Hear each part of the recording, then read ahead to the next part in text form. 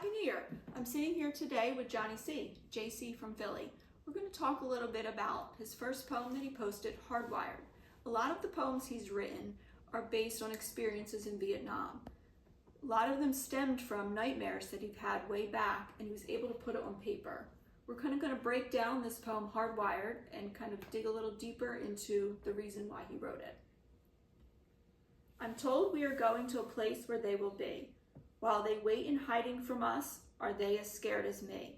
I haven't proved my courage yet, but that test is drawing near. The whirling of the chopper blades is all the noise you'll hear. Your mind starts to wander, and you know the reason why. Because when we finally get there, some of us could die. It all becomes too surreal now as the chopper sets down. The chopper sets down, and you're jumping through the doors.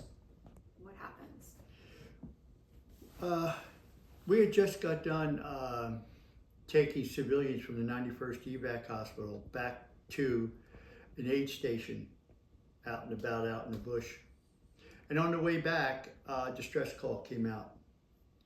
And I was told that there was a ranger team and they needed to get out yesterday. They were in real bad shape.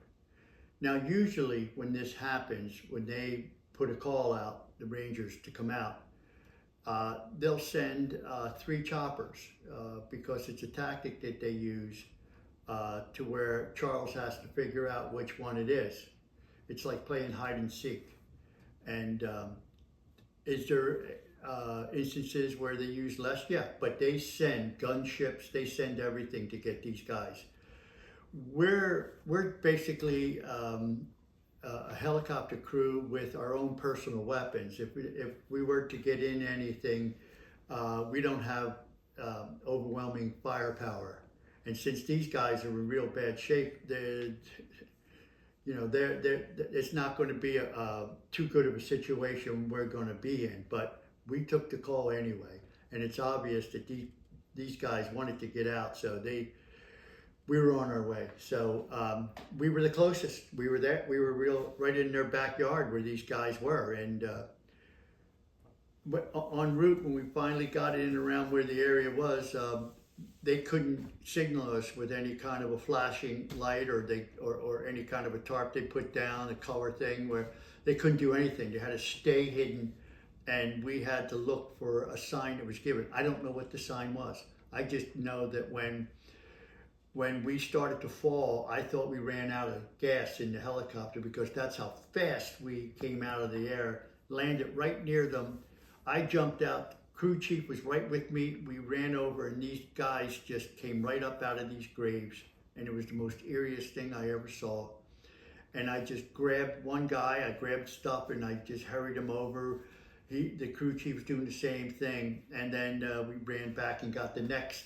And we brought him over, threw him on, and we were waiting for that whole, at least I was waiting for them to open up on us because there was a wood line on all 3 sides of that open field where they were. So we were lucky enough to get up and out, but the one saving grace for us was altitude. We were able to get up high enough that they opened up, but it didn't happen.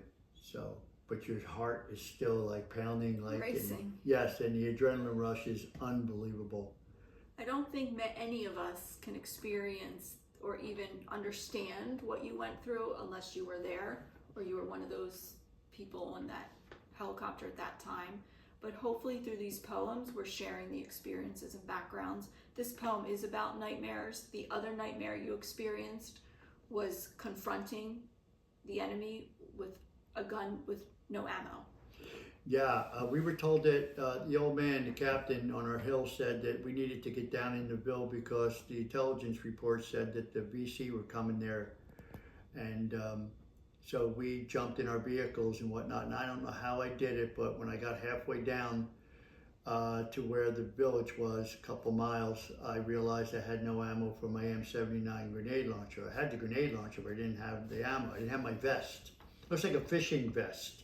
But instead of having bobbers and hooks and stuff like that, this has, stuff to blow shit up with. So we got down there, and the next thing you know, I'm confronted. We're out of the vehicle, and we're walking around looking into the hooches and stuff. And next thing I know, I turn the corner, and there's a VC dressed in black, backpacked, AK-47. I saw him before he saw me, and I yelled "Dung Lai," which means stop. And I went right towards him with my M79, and I'm thinking, Jesus Christ, you know, I gotta do an award-winning act here because I got no ammo. And next thing I know, he went one way, and I jumped in the Jeep along with my partner, and I just couldn't believe what just happened.